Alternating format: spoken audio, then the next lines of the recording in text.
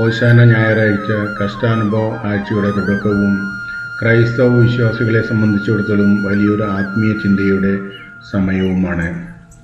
ഓശാന വിജയത്തിൻ്റെയും വിനയത്തിൻ്റെയും സമാഗമം കൂടിയാണ്. യേശു ക്രിസ്തു രാജാവായി ജെറുസലേമിലേക്ക് പ്രവേശിക്കുമ്പോൾ ലഭിച്ച ആവേശഭരിതമായ സ്വീകരണത്തെയാണ് നമ്മൾ ഓശാന ഞായറിൽ അനുസ്മരിക്കുന്നത്. എന്നാൽ ഈ രാജകീയ പ്രവേശത്തിൽ ലോകം കാണാത്ത ചില സത്യങ്ങളുണ്ട്. കുതിരപ്പുറത്തല്ല, മറിച്ച് സമാധാനത്തിൻ്റെ അടയാളമായ ഒരു കഴുതക്കുട്ടിയുടെ പുറത്താണ് യേശു സഞ്ചരിച്ചത്. അധികാരം കാണിക്കാനല്ല, മറിച്ച് സേവിക്കാനാണ് താൻ വന്നതെന്ന വലിയ പാഠം ഇതിലുണ്ട്. ഓശാന പാടി സ്വീകരിച്ച അതേ ജനക്കൂട്ടം തന്നെ ദിവസങ്ങൾക്കുള്ളിൽ അവനെ ക്രൂശിക്കുക എന്ന് വിളിച്ചു പറയുന്നു. ഇത് മനുഷ്യൻ്റെ മനസ്സിൻ്റെ ചഞ്ചലതയെയും ലോകപ്രശസ്തിയുടെ നശ്വരതയെയും ഓർമ്മിപ്പിക്കുന്നു. ലൗകികമായ ഈ ഭരണകൂടത്തെ അട്ടിമറിക്കാനല്ല, മറിച്ച് പാപത്തിൻ്റെ മേൽ വിജയം നേടാനാണ് ക്രിസ്തു വന്നത്.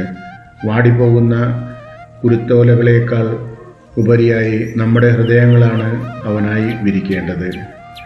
ജെറൂസലേം തെരുവുകളിൽ വസ്ത്രങ്ങൾ വിരിച്ചതുപോലെ നമ്മുടെ അഹങ്കാരവും പാപങ്ങളും യേശുവിൻ്റെ മുമ്പിൽ ഉപേക്ഷിക്കാൻ നമുക്ക് കഴിയുന്നുണ്ടോ? യേശു കഴുതക്കുട്ടിയെ തിരഞ്ഞെടുത്തത് വിനയത്തിൻ്റെ അടയാളമായിട്ടാണ്. നമ്മുടെ ജീവിതത്തിലെ വിജയങ്ങളിൽ വിനയം കാത്തു സൂക്ഷിക്കാൻ നമുക്ക് സാധിക്കണം.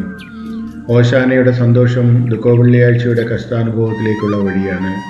വേദനകളിലൂടെ മാത്രമേ ഉത്ഥാനത്തിൻ്റെ മഹത്വത്തിലേക്ക് എത്താൻ കഴിയൂ എന്ന യാഥാർത്ഥ്യം ഇത് പറഞ്ഞു തരുന്നു. ഓശാന ഞായർ വെറുമൊരു ആഘോഷമല്ല, മറിച്ച് ക്രിസ്തുവിനെ നമ്മുടെ ജീവിതത്തിൻ്റെ യഥാർത്ഥ രാജാവായി സ്വീകരിക്കാനുള്ള ഒരു ആഹ്വാനം കൂടിയാണ്. കാരുണ്യവാനായ ദൈവമേ, ഈ ഓശാന ഞായറാഴ്ചയിൽ അങ്ങയുടെ പുത്രനായ യേശുക്രിസ്തു രാജാവായി ജെറുസലേമിലേക്ക് പ്രവേശിച്ചതിനെ ഞങ്ങൾ അനുസ്മരിക്കുന്നു. അന്ന് ജനക്കൂട്ടം കുരുത്തോലകൾ വീശി ഓശാന പാടി സ്വീകരിച്ചതുപോലെ ഞങ്ങളുടെ ഹൃദയങ്ങളിലും അവിടുത്തെ സ്വീകരിക്കാൻ ഞങ്ങളെ സഹായിക്കണമേ. കഴുതക്കുട്ടിയുടെ പുറത്തേറി വന്ന യേശുവിനെ പോലെ വിനയമുള്ളവരാകാൻ ഞങ്ങളെ പഠിപ്പിക്കണമേ.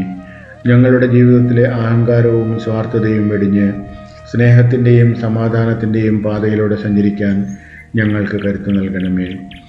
വിശുദ്ധ വാരത്തിലേക്ക് ഞങ്ങൾ പ്രവേശിക്കുമ്പോൾ അങ്ങയുടെ കഷ്ടാനുഭവങ്ങളെയും കുരിശുമരണത്തെയും ഭക്തിപൂർവ്വം ധ്യാനിക്കുവാനും അതുവഴി ഉത്ഥാനത്തിൻ്റെ വലിയ സന്തോഷത്തിലേക്ക് എത്തിച്ചേരാനും ഞങ്ങളെ അനുഗ്രഹിക്കണമേ. ആമേൻ.